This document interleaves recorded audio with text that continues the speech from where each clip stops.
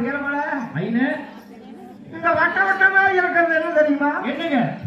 ஒல்லு. ஒல்லு. இந்த வரப்பாக்குள்ள நீளமா இருக்கிறது உலக்க. உலக்க. உள்ளுலக்க தான் மேய்ச்சி போடுச்சு. போங்க. உள்ளுலக்கு மேய்ச்சல் சொன்ன எசமாங்க ஒத்துக்குவாங்களா?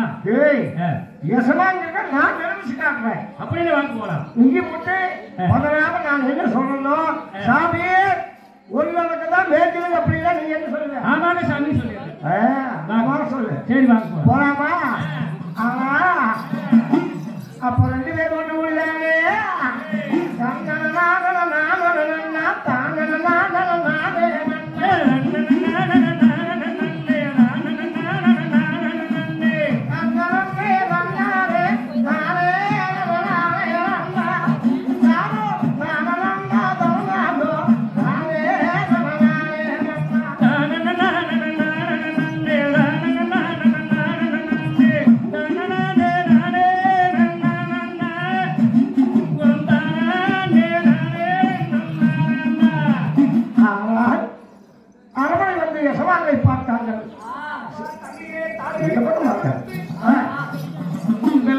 காட்டிலே என்ன வந்தளிச்சது எது வந்தளிச்சது அதை பார்த்து வந்தாயா? சாமி பார்த்துட்டு வந்தேன் சாமி. என்ன வந்தளிச்சான் சாமி?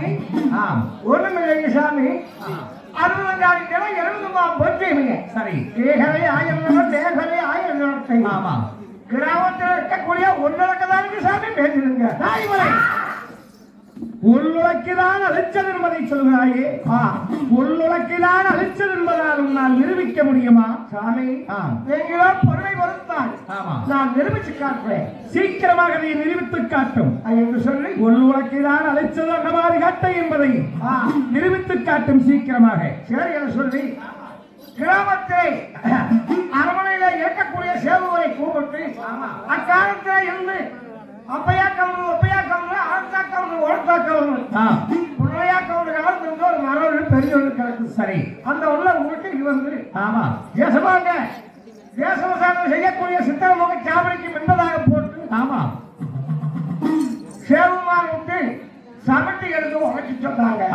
ஓங்கி எடுத்தாங்க ரெண்டா பிறந்தது உள்ள. சரி ஒரு மணி நெல்லுக்கு உள்ள இருந்து வெளியே வந்து விழுந்தது சாமி. ஆமா நம்ம அரண்மனை வந்து போய் மேய்ச்சி போட்டு ஒரு மணி நெல்லுக்கு அசையாகாம வச்ச வச்சிருக்கு. உண்மைதான். 18 பாளையம் 32 கிராமத்தில் இருக்கக்கூடிய உள்ள மக்கள் சாமி. ஆமா எத்தனை மேய்ச்சிருந்தா அந்த வயிறு எத்த சோறு. உண்மைதான்.